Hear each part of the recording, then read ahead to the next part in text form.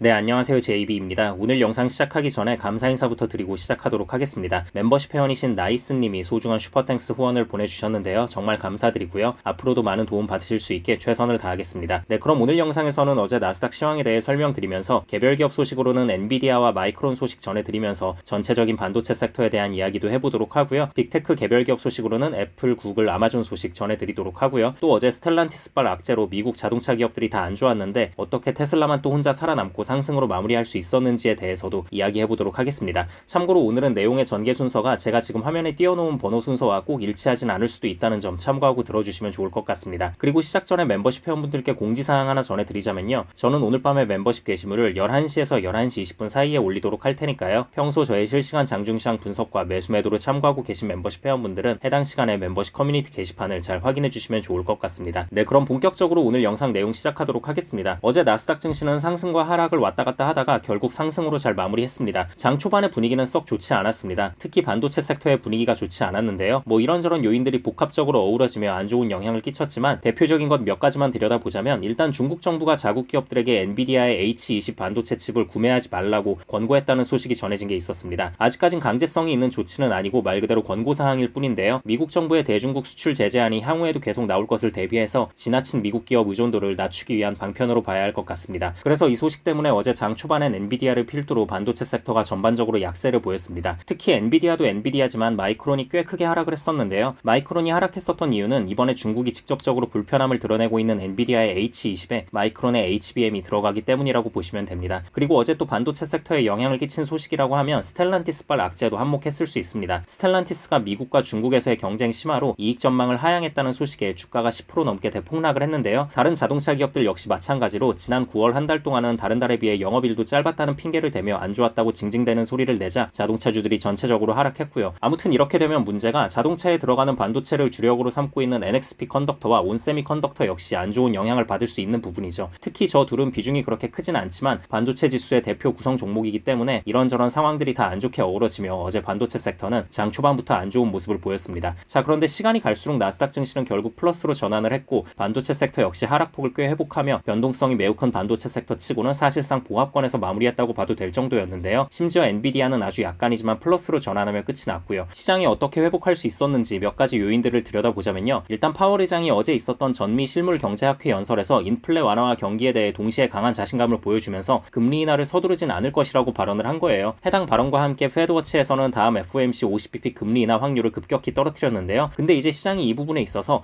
뭐야 그동안 50bp 인하하는 줄 알고 기대했는데 실망이야 하고 매도 물량을 막 쏟아낸 게 아니라 경기가 그만큼 좋다는 거구나. 다행이다. 오늘 막 중국 정부가 엔비디아 칩 쓰지 말라고 권고했다는 소식이 전해지기도 했고 또 스텔란티스랑 다른 자동차 기업들도 다 죽는 소리만 해대길래 경기가 안 좋아지는 줄 알고 쫄아 있었는데 그게 아니구나. 다행이다. 인플레도 잘 잡혀가는데 경기까지 좋다면 주식 사야지 하면서 장 막판으로 갈수록 매수세가 강하게 들어오면서 결국 상승으로 마무리할 수 있었습니다. 그리고 또 이런 부분도 있는 것 같아요. 제가 어제 멤버십 게시판에 올린 장중시황 분석글에서 말씀드린 부분이기도 한데요. 중국 기업들이 엔비디아의 H20을 앞으로 영원히 사지 못하게 된다고 해도 어차피 H20이 엔비디아 전체 매출에서 차지하는 비중이 그렇게 높진 않거든요. 물론 H20까지 팔면 당연히 더 좋기야 하겠죠. 돈은 많이 벌면 벌수록 좋은 거니까. 근데 설령 중국 시장이 날아간다고 해도 지금 엔비디아는 기업이며 국가며 여기저기서 엔비디아 칩을 사겠다는 곳들이 워낙 많고요. 말 그대로 없어서 못 파는 상황이기 때문에 이번 중국의 조치 역시 그냥 단기적인 이슈로 봐야 하지 않나라는 생각이 듭니다. 하지만 마이크론은 입장이 좀 다르죠. 마이크론이 요즘 잘 나가는 건 맞지만 그래도 엔비디아만큼 돈을 쓸어 담고 있는 기업은 아니라서